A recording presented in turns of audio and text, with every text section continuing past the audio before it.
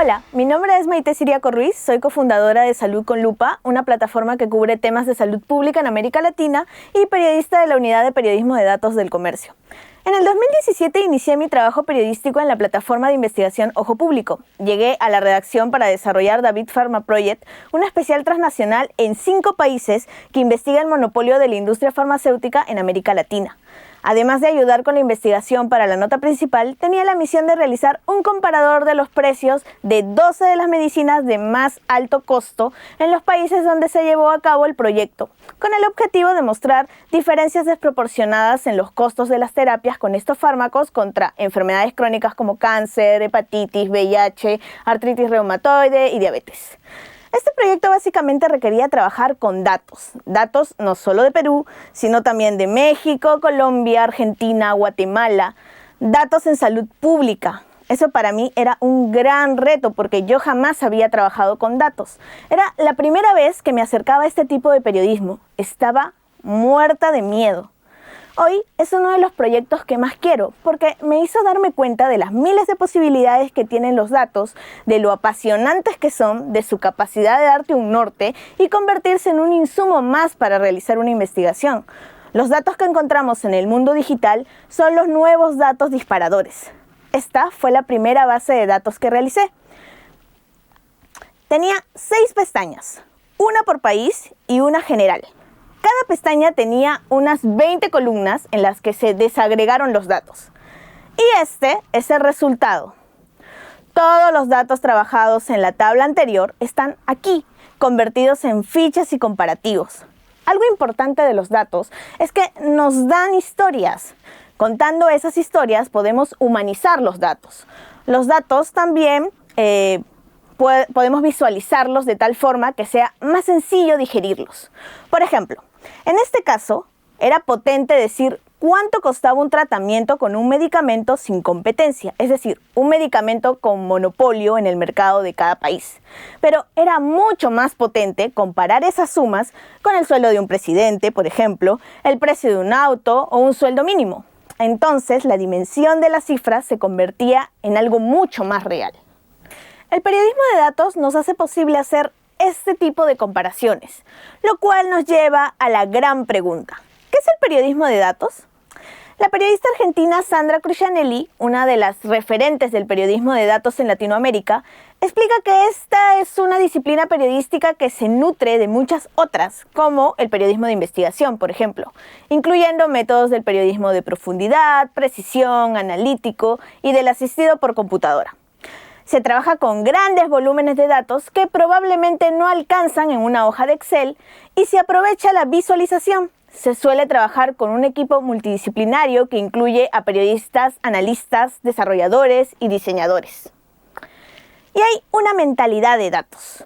Cambiemos nuestro chip para tener una mentalidad de datos. Debe quedar claro que el periodismo de datos no excluye actividades periodísticas como la investigación, las entrevistas, pero hay un cambio en cómo nacen las historias. Nuestro dato disparador saldrá de una base de datos y para ello previamente tendremos que ordenar, limpiar, procesar y analizar grandes volúmenes de data. Tal vez esto de los grandes volúmenes de datos nos cause un poco de temor, pero con la práctica nos daremos cuenta que es un mundo muy apasionante, muy útil y que posiblemente ya hemos hecho algunos trabajos con datos, aunque limitados, sin darnos cuenta. Antes de empezar a trabajar con datos, hay que perderle el miedo. ¿Cómo lo hacemos? Pues conociéndolos. Probablemente, como comunicadores y periodistas, no fuimos muy cercanos a las matemáticas en el colegio. Incluso algunos se decantaron por las letras para huir un poco de los números. Pero para acercarnos al periodismo de datos debemos perderle el miedo a las matemáticas. Hay que pensar que detrás de estas cifras hay historias. Solo debemos encontrarlas y para ello necesitamos analizar. Cambiar el chip significa cambiar nuestra mirada de la data. Para ello vamos a reinventar las 5 W. Para escribir una historia, nos enseñan que debemos tener en cuenta las famosas 5 W, qué, cómo, cuándo, dónde y por qué. Y aún lo tendremos en cuenta, pero iniciaremos haciéndole una entrevista con las 5 W a nuestros números, a nuestra data. ¿Qué nos quieren decir? Los datos nos responderán siempre y cuando tengamos todo listo para nuestra entrevista. De la misma manera en que para una entrevista nuestras fuentes necesitamos prepararnos, averiguando sobre la historia, sobre la persona, preparando nuestra grabadora, el espacio indicado, entre otros puntos, para entrevistar a nuestros datos necesitamos tenerlos ordenados, probablemente en hojas de Excel o en algún otro programa similar, con más funciones como por ejemplo OpenRefine. Esta entrevista es fundamental para cuando se trata de análisis de presupuestos públicos, impuestos, temas de criminalidad y contaminación ambiental, entre muchos otros. Lo cual nos lleva al siguiente punto. ¿Cómo entrenar nuestro olfato para identificar una historia con datos? La mayoría de historias tienen datos detrás. Claro, probablemente no sean grandes volúmenes de datos, pero sistematizar pequeñas cifras nos pueden ayudar a ir acercándonos a ellos. Tratemos de sistematizar la información que tenemos y lo más seguro es que encontremos mucho más de lo que pensamos que había. Por ejemplo, a inicios de febrero se denunció un caso de robo cibernético en la Municipalidad de San Borja a través del Sistema de Administración Financiera del Ministerio de Economía y Finanzas, SIAF. Este caso era interesante porque la Contraloría y el MEF responsabilizaban a funcionarios de la municipalidad, mientras la municipalidad creía que el responsable era el MEF por tener un sistema obsoleto. ¿Cómo comprobar quién decía la verdad? Lo que hicimos en la unidad de datos del comercio fue preguntarnos si este sería el único caso de robo bajo esta modalidad. Robo con un usuario nuevo aprobado por el MEF, robo de madrugada y al menos en 20 minutos se realizaba, robo realizado en diferentes transacciones, transferencias de dinero de una cuenta a otra. Encontramos que se habían dado diferentes denuncias de robos en diferentes municipalidades de diferentes regiones, bajo esta modalidad. Todas tenían algo en común: se había utilizado el sistema del MEF. Eso podía responder un poco nuestra pregunta. Eran 7 municipalidades y un gobierno regional los que habían sufrido este robo por un monto de 43,9 millones de soles. Y esto nos lleva a hacer las preguntas adecuadas. Para resolver este caso en particular, tuvimos primero que hacernos la pregunta adecuada.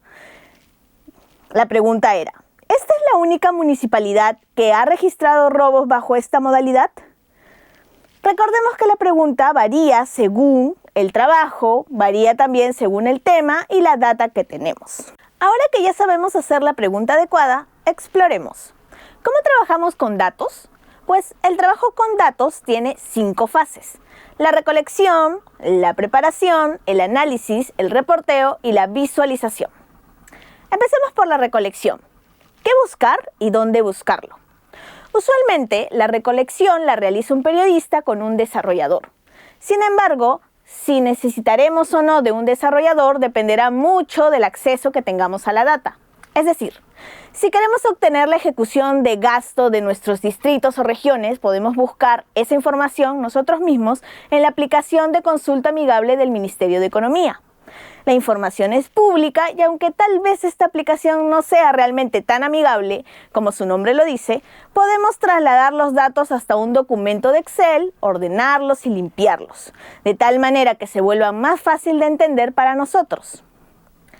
Si queremos buscar las compras que se realizaron en pandemia, podemos descargar los datos actualizados al día en el portal de datos abiertos en el apartado Contrataciones ante la emergencia sanitaria por la existencia del coronavirus, del Organismo Supervisor de las Contrataciones del Estado, OCE. Ahí encontraremos un archivo en formato Excel que podemos descargar y que posteriormente podemos limpiar. Esta información también es pública y podemos descargarla nosotros mismos.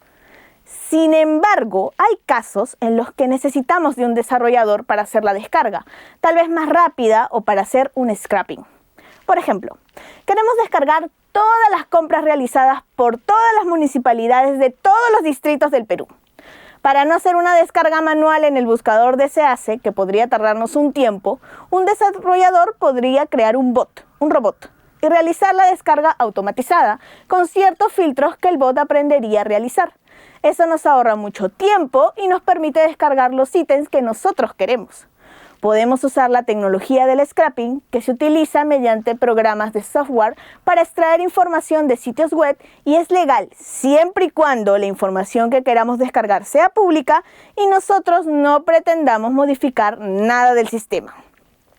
Entonces, para decidir si requerimos ayuda en la descarga o de repente si sería necesario hacer un pedido de información, debemos evaluar los buscadores o los sitios donde podemos hallar la información y hacernos determinadas preguntas. En la guía La navaja suiza del reportero de Ojo Público podemos encontrar algunas de ellas como: ¿para qué fueron hechas estas bases de datos? ¿Son descargables o es mejor realizar un scrapping? ¿Cuál es el mejor formato para analizar la data? Si solo está en un formato, ¿puedo pasarla a otro más amigable? Para que sea más amigable, ¿debería ser una nueva base de datos con esa información? Y si es así, ¿qué variables debería utilizar? En el caso de que la información no sea pública y no se encuentre en ningún sistema, es posible utilizar una herramienta muy importante que tenemos los periodistas: los pedidos de acceso a información. Estos se encuentran en todos los sitios web de las entidades públicas.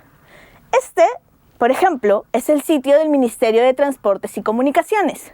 Ahí vemos un botón que nos lleva al portal Transparencia. En el portal vamos a encontrar un ítem de acceso a la información. Hacemos clic y nos llevará a un formulario de solicitud de acceso a la información pública en el que podemos escribir el pedido que tenemos. Debemos ser específicos en los datos que queremos: año, tipo de información e incluso en el formato en el que los queremos: PDF, Excel, Word. Las entidades tienen un máximo de 10 días para entregarnos la información solicitada. Usualmente nos envían un correo de confirmación. Si requieren más tiempo, nos lo deben hacer saber y debemos tener a una persona específica encargada de buscar y enviar nuestra data, que es con la que mantendremos comunicación. La fase 2 es la preparación. ¿Cómo comunicar lo que necesitas?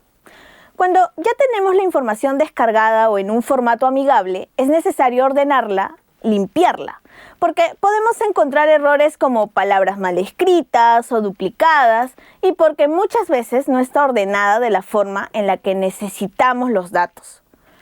Cuando hay pocos datos, podemos hacer la limpieza nosotros mismos. Para ello también será necesario hacernos preguntas como las sugeridas en La navaja suiza del reportero. ¿La base de datos está completa? ¿Cuántas líneas de información tiene? ¿Puedo limpiarla con Excel o con OpenRefine? ¿En qué casos debo hacerlo a mano? ¿Conozco y entiendo todos los términos? ¿Los criterios apuntan a la pregunta que quiero responder o voy a necesitar de otros datos? En el caso de que la data sea muy grande, en el que tengamos Big Data, requeriremos de un desarrollador que nos pueda ayudar a ordenar y limpiar los datos de forma más rápida y de forma más precisa para no cometer errores y demorar una eternidad. Aquí lo importante es ser claros con lo que queremos para que el desarrollador pueda saber qué necesitamos. Es un trabajo en equipo, es importante recordar eso. Así que debemos explicarles qué queremos, qué pregunta intentamos responder y cómo necesitamos la información. Por ejemplo, en la unidad de periodismo de datos del comercio analizamos la data de los fallecidos por COVID-19 que nunca se vacunaron a pesar de que pudieron hacerlo un mes antes de hospitalizarse. Para obtener este dato, descargué la información de hospitalizados, fallecidos y vacunados por COVID-19 que se encuentra en la Plataforma Nacional de Datos Abiertos. Estaba en formato Excel, pero se requería hacer varios cruces que iban a tomarme más tiempo del que en realidad tenía. Así que pedí ayuda del desarrollador del equipo, Juan Marca. Le conté que quería saber cuántas personas habían fallecido sin vacuna, a pesar de que habían tenido al menos 31 días para vacunarse antes de hospitalizarse. Así, Juan supo qué cruces debía hacer. Además, le dije que quería conocer la edad de la persona, la fecha de hospitalización y la fecha de defunción y la región en la que vivía. Esos eran los datos principales para realizar el cruce. Le mostré de dónde se podía sacar la información y él pudo descargarla, hacer el cruce y darme un Excel con esos datos. La comunicación con el desarrollador es vital para que podamos obtener la data que necesitamos. La tercera fase es el análisis. Una vez que tenemos los datos ordenados y limpios, podemos analizarlos. Vamos a empezar con nuestra entrevista a la data, de la que hablamos hace un rato. Lo más importante es la calidad de las preguntas que le haremos a la data. Entonces, podemos empezar con una data así, que es la data procesada por el desarrollador. Aquí tenemos los datos de todas las personas que fueron hospitalizadas por COVID-19 y fallecieron, y que según el registro del Ministerio de Salud recibieron vacuna después de su muerte. Después de nuestro análisis, obtendremos datos según nuestra pregunta, como estos, que responden a cuántas vacunas recibieron estas personas después de fallecidos, de qué marcas fueron, qué dosis eran, de qué hospitales eran, de qué regiones eran, entre otras.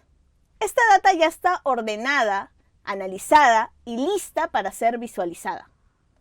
Pero, ¿qué podemos encontrar en los datos que debemos analizar? ¿Qué debemos ver? Debemos centrarnos en 3 puntos y vamos a utilizar las preguntas de la navaja suiza del reportero. Punto número 1, datos en común. ¿Tienen mis bases de datos un concepto o código en común que me permita cruzarla? Por ejemplo, si encontramos DNI, RUT, códigos, nombres completos que podamos cruzar entre una base y otra. Supongamos que tenemos una base de profesores de colegios privados y otra de acosadores sexuales con antecedentes penales. En ambos están los DNI. Entonces, podríamos cruzar una base con la otra y podríamos ver qué profesores de colegios privados tienen antecedentes por abuso sexual. Punto número 2. Patrones y coincidencias. ¿El cruce de la base de datos muestra una tendencia o patrones? ¿En qué contexto? En la base de datos de Implant Files, una investigación coordinada por el Consorcio Internacional de Periodistas de Investigación, ISIG, que es una radiografía a las empresas que venden dispositivos médicos como prótesis, insumos médicos, entre otros, se encontró que la mayoría de marcas que se encontraban en la base de datos de productos retirados del mercado por fallas o tal vez por problemas de la Administración de Alimentos y Medicamentos de Estados Unidos, FDA, llegan a Latinoamérica. Se podían vender en nuestra región a pesar de que habían sido retirados del mercado de Estados Unidos. Ahí se encontró un patrón cruzando varias bases, la base de datos de productos retirados del mercado de la FDA, las bases de datos de aduanas de cada país y las bases de datos de productos con permisos de las direcciones de medicamentos e insumos médicos de cada país de Latinoamérica. Punto número 3. Datos atípicos. ¿Revela comportamientos atípicos mi base de datos? ¿En qué contexto? En los registros de inicios de clases de la región realizados por UNICEF, podemos encontrar que Perú es uno de los pocos países de la región que aún no ha abierto escuelas por completo. La mayoría de países tienen diferentes reaperturas de clases. De hecho, Perú es uno de los 5 países de Latinoamérica que aún no ha iniciado clases de 17 analizados. ¿Por qué? Pues podemos convertir precisamente ese dato y su respuesta en una nota. La fase 4 es el reporteo. El dato disparador. A veces se cree que basta con tener los datos analizados para que el reportaje esté listo. Esto no es cierto. De hecho, los datos suelen ser nuestro nuevo dato disparador. Cuando tenemos la información analizada, empezamos con el reporteo, con la verificación, y debemos aplicar la metodología tradicional de investigación, como por ejemplo el contraste con la calle. Salimos a la calle y vamos al lugar de los hechos y nos hacemos preguntas como: ¿los datos reflejan lo que estamos viendo en la calle? ¿Confirma su relevancia? ¿Las acentúa o no? En el 2018 trabajé una investigación llamada Acuatenientes, realizada por medios de Perú y de Colombia. En Perú se investigó el saqueo de agua en Ica, sobre todo en Villacurí. Si bien el proyecto se trabajó en Ica, previamente analizamos los datos de la Autoridad Nacional del Agua, ANA, sobre las licencias para realizar pozos de agua subterránea que la ANA le había dado a empresas exportadoras de la zona. Hicimos un registro de la cantidad de pozos que la ANA le había autorizado a cada empresa, que ya era un problema porque no debió darse tales autorizaciones en una zona donde se está acabando el agua. Pero fuimos a la zona para comprobar que lo que teníamos en datos era lo correcto y descubrimos que habían muchos más pozos construidos que los permitidos. Por eso es importante el contraste. Salir a la calle, verificar tu dato disparador. Y también realizar las entrevistas a expertos, a fuentes, a personajes que nos permitan entender mejor la data. Conocer la situación que la data nos está mostrando, verificar la data y humanizarla. Es muy importante humanizar los datos. Contar las historias de las personas que representan esos datos. Por ejemplo, en el caso de Acuatenientes, ¿quiénes son estas empresas que hicieron más pozos de los que tenían permitidos? ¿A quiénes han afectado y cómo los han afectado? Deberíamos respondernos esas preguntas a través de estas entrevistas. La última fase es la visualización. ¿Cuándo pensar en la visualización? Pues debería ser casi desde el inicio del reporteo. Debemos preguntarnos, ¿cómo podemos hacer para que los datos se entiendan mejor? ¿Cómo debe ser la experiencia del usuario? ¿Qué aporte le da a la historia la data? Pensar en la visualización desde el inicio y hacernos estas preguntas nos puede ayudar a saber cómo reportear mejor.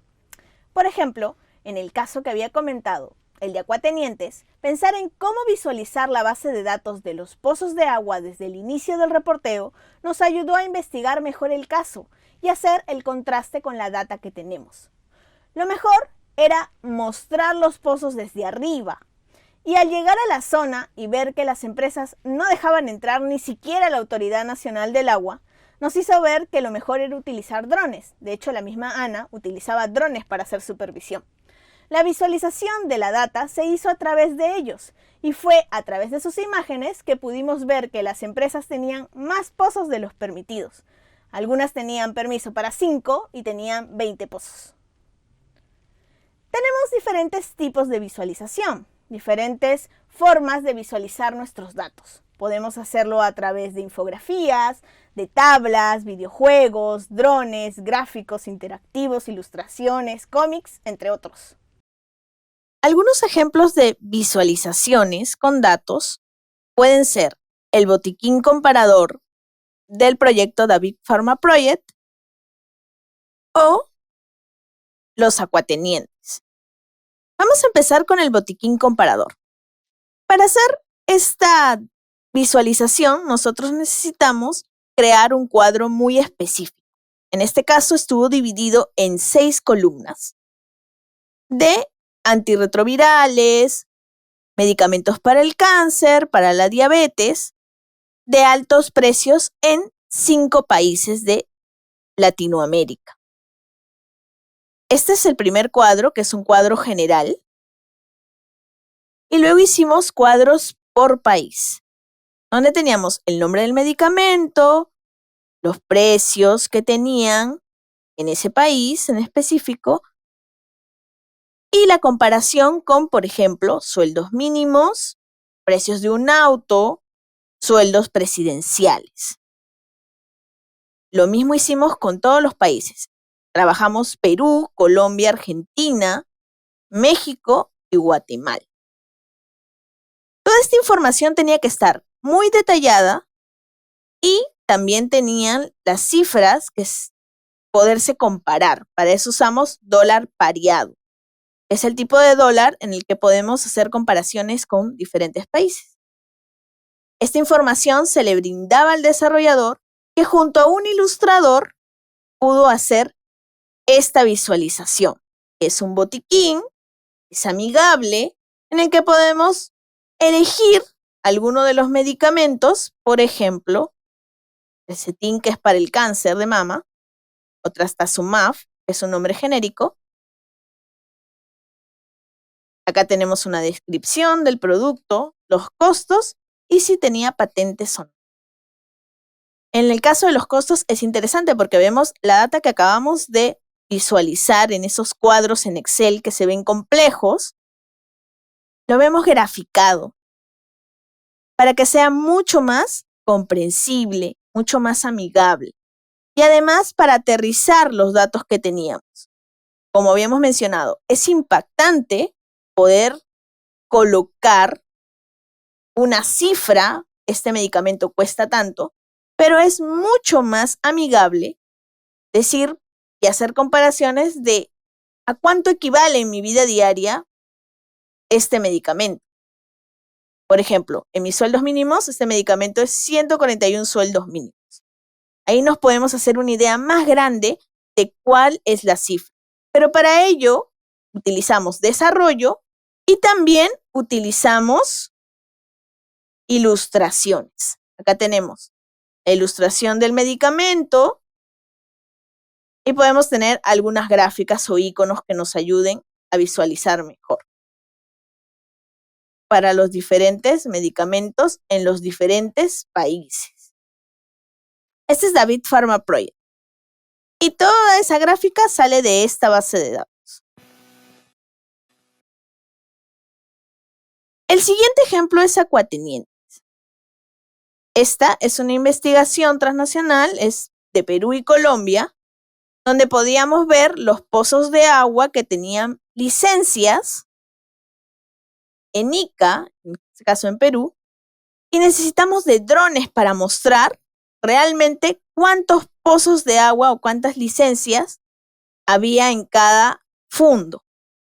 No se podía hacer una gráfica con ilustración porque tal vez no hubiera tenido el impacto que tiene ver las imágenes, como aquí. Y además, el contexto de la investigación nos llevaba a utilizar los drones. ¿Por qué? Porque como ya lo habíamos mencionado, las empresas no te dejaban entrar a los fondos, ni siquiera dejaban entrar a la Autoridad Nacional del Agua a hacer supervisiones. Entonces la misma Autoridad Nacional del Agua tenía que usar drones para supervisar y con ello obtuvimos nosotros los permisos para poder hacer lo mismo. ¿Qué se podía hacer? Comparaciones. ¿Cuántos pozos tenía una empresa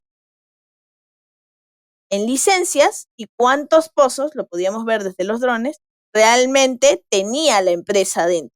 Que en muchas ocasiones superaba la cantidad de pozos permitidos. ¿Cómo elegimos estas visualizaciones? Precisamente tenemos que pensar cuál es la mejor forma de llegar a nuestro lector, a la persona que va a ver estos datos. Si bien es fabuloso contar con un diseñador, infografista o un desarrollador que pueda ayudarnos con la visualización, nosotros también podemos utilizar algunas herramientas gratuitas que nos ayuden a visualizar ciertos datos. Por ejemplo, Infogram, Datagrapper, Tableau, Flourish, Plotly y diferentes herramientas en las que nos vamos a poder suscribir a través tal vez de nuestro correo, de Facebook, depende de la herramienta. Ahora, si queremos tener acceso a mucho más, sí deberíamos pagar cierta suscripción. Casos de estudio. Ahora que ya sabemos las etapas del periodismo de datos, pasemos a ver algunos casos para que entiendan su diversidad de usos en periodismo. 1. Reportaje colaborativo transnacional. Por ejemplo, tenemos el caso Panama Papers. Los mayores trabajos colaborativos con datos son los realizados por el Consorcio de Periodistas de Investigación, ICIG. En el 2016 se revelaron los Panama Papers. 109 medios de comunicación accedieron a una de las mayores filtraciones de documentos en la historia del periodismo. 11 millones de registros del bufete de abogados panameño Mossack y Fonseca. Este bufete era uno de los gigantes de las sociedades domiciliadas en paraísos fiscales. Los registros que se analizaron abarcan operaciones de la firma entre 1977 y 2015 y revelaron que presidentes, vicepresidentes, empresarios, grandes estrellas del fútbol, traficantes de arma y ladrones de oro, entre otros, pudieron ocultar en el mundo offshore sus fortunas. ICIG ha realizado además los Paradise Papers, Implant Files, FinCEN Files, Pandora Papers. Estas investigaciones involucran millones de datos y muchos periodistas de distintos medios del mundo. Los datos se trabajan en confidencialidad a través de plataformas en las que se albergan y a las que solo tienen acceso los periodistas involucrados en la investigación. En estas plataformas, los desarrolladores del ICIG han implementado buscadores, como un Google propio, y herramientas para hacer más fácil la investigación, para crear nexos entre datos, nexos entre países, ya que muchas historias se pueden cruzar entre países. Para hacer este tipo de investigaciones es necesaria mucha coordinación y comunicación entre los periodistas y además tener un líder que pueda guiar el proyecto. Además de periodistas, trabajan desarrolladores, ilustradores, fotógrafos, entre otros. 2. Reportajes de denuncias. Vamos a ver el caso Vacunagate, en la fase 2, los revacunados. Para realizar el reportaje de los 58 implicados en el caso Vacunagate que volvieron a inocularse en el proceso regular, que se sacó en el comercio, se tuvo que hacer un cruce manual de información. Se buscaron los DNIs de las personas que se encontraban en la lista de vacunados del Vacunagate con el padrón de vacunación del MINSA. Y se tuvo que realizar un cruce manual, porque el padrón tiene un código CAPTCHA que dificulta su scrapping, es decir, un código de seguridad al que no pueden acceder muchos desarrolladores. Esto además tuvo que ser una búsqueda muy rápida porque el MINSA podía quitar esa información al darse cuenta que estaba pública. De hecho, fue lo que hizo. La rapidez en la búsqueda permitió que tuviéramos la cifra de todos los revacunados y se abrió una investigación en la que el Ministerio Público cita el reportaje como fuente. Luego tenemos también el caso de jueces y fiscales que favorecen abusadores en la selva. Una denuncia de intento de abuso sexual por parte de un fiscal en Amazonas, al que por extrañas razones su proceso no había avanzado en nada, permitió identificar una red de protección en casos de abusos sexuales en Amazonas, integrada por 4 fiscales y 2 jueces.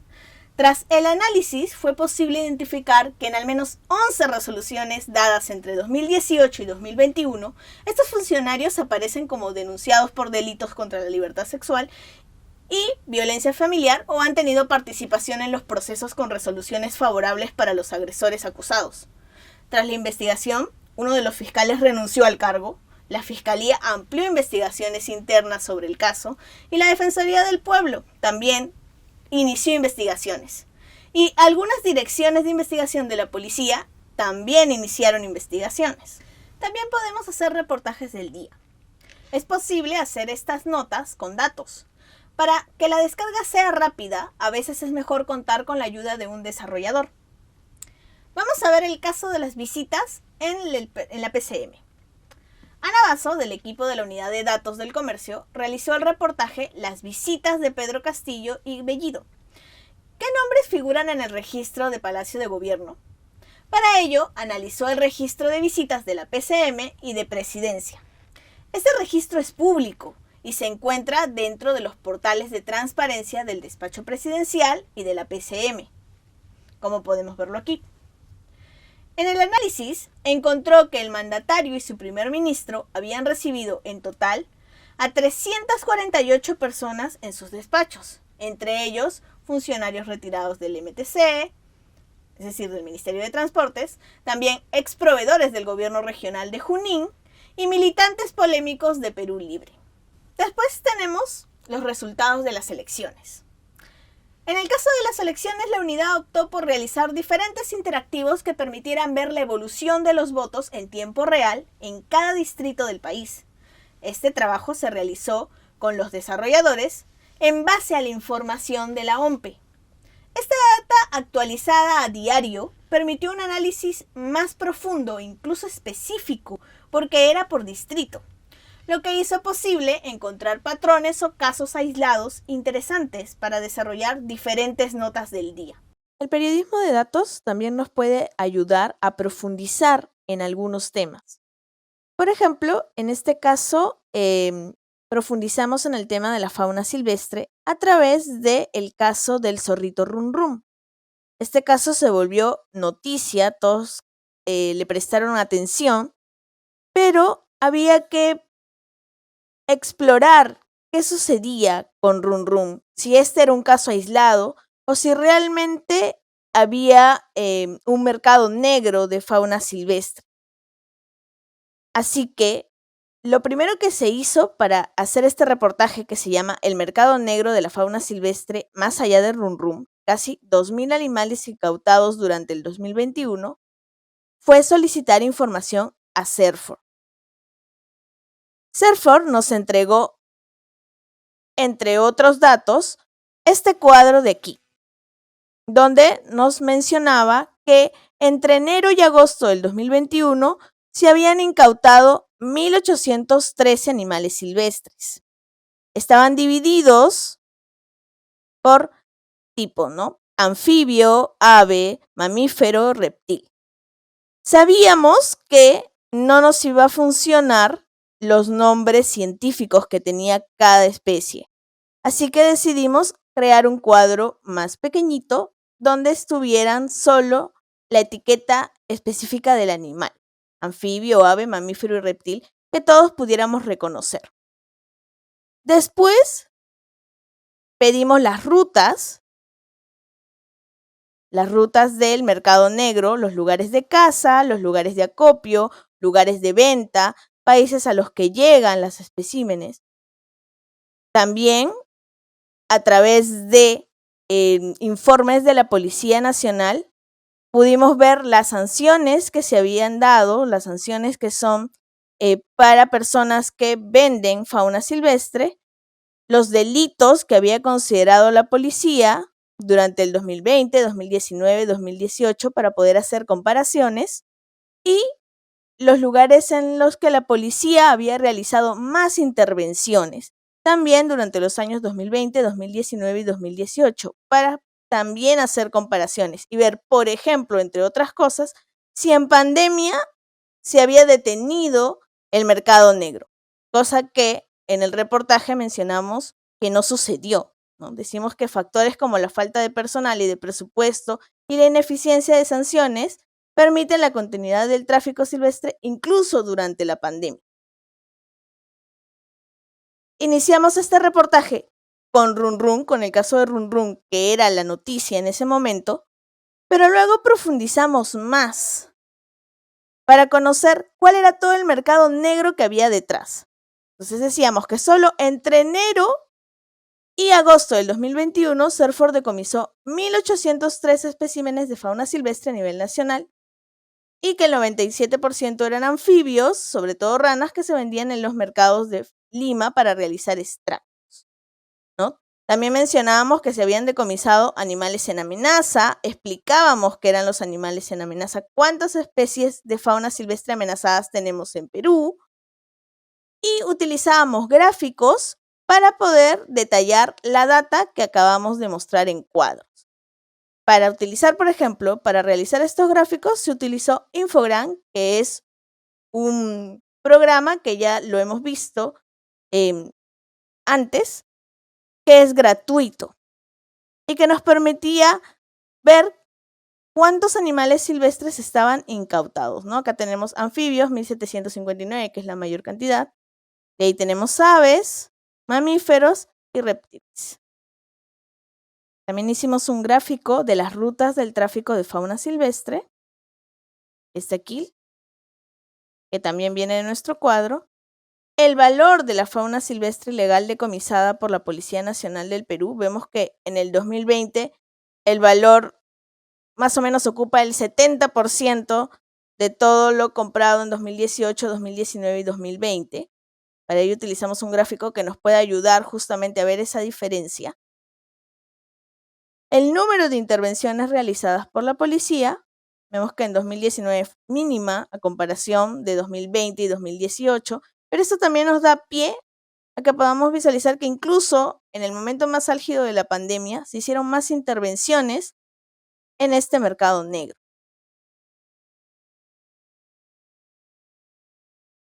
Entonces, es lo importante aquí hacernos preguntas, ver el tema que nosotros creemos un caso aislado, probablemente como el de Run Run, de forma más macro, más general, para que nosotros podamos saber si hay más detrás de este caso. Otra cosa que podemos hacer con la data es volver temas inactuales, tal vez actuales.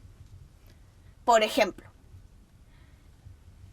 este es el reportaje de enfermedades no transmisibles. A través de un análisis de diferentes bases de datos relacionadas con las enfermedades no transmisibles, se encontró que entre el 2019 y el 2021, la cantidad de personas con enfermedades crónicas en Perú que buscaron atención para su condición se redujo en 10%. De cada 100 personas que padecen alguna de estas enfermedades, solo 27 logran atenderse en algún tipo de establecimiento público o privado.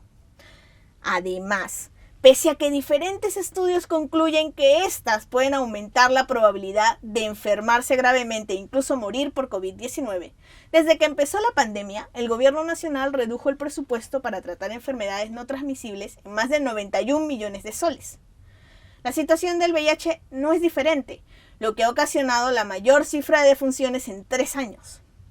Este fue un análisis de data de un tema inactual que dio 3 datos importantes, como la mayor muerte por VIH en los últimos 3 años, la falta de presupuesto. Otro caso es el de alimentación saludable, que se trabajó en el portal Salud con Lupa. Entre marzo del 2009 y julio del 2019, la FDA emitió alertas e inmovilizó lotes de 190 productos de 93 empresas peruanas debido a que incumplieron requerimientos sanitarios de etiquetado y certificación de insumos exigidos en Estados Unidos. En la lista revisada había alimentos, productos agrícolas, pesqueros, medicamentos, cosméticos y dispositivos médicos, alertados que seguían vendiendo en el país, se seguían vendiendo en el Perú. Lo que se hizo fue crear un buscador de estas alertas, este de aquí, ya que la FDA tiene las alertas en fichas y es muy difícil descargarlas. El buscador era mucho más amigable. Encontrar los productos aquí que incluían a las galletas Casino, por ejemplo, y así se podían generar diferentes notas que permitieran volver relevante el tema. Por último, los datos también nos pueden servir para poder hacer fact-checking o verificación de datos, precisamente a través de data confiable. Esta data nos puede ayudar a desmitificar algunos puntos o algunas ideas que hemos tenido durante años, como en este caso, los fraudes de la industria de productos naturales. Durante años, la industria de productos naturales ha publicitado algunos de sus productos como el cartílago de tiburón, el noni, la graviola, la mondinga, como las curas perfectas, ¿no? Productos que pueden curar enfermedades como la diabetes, el cáncer, incluso el VIH. Y así se promocionan también en sus empaques. Pero si nosotros vamos a la fuente oficial y hacemos búsquedas oficiales, como por ejemplo la consulta de registros sanitarios de alimentos de Digesa o la consulta de productos farmacéuticos de Digemit, vamos a ver qué productos realmente son medicamentos o podemos considerar medicamentos. Y si estos productos que nos venden a diario como curas milagrosas son realmente curas milagrosas.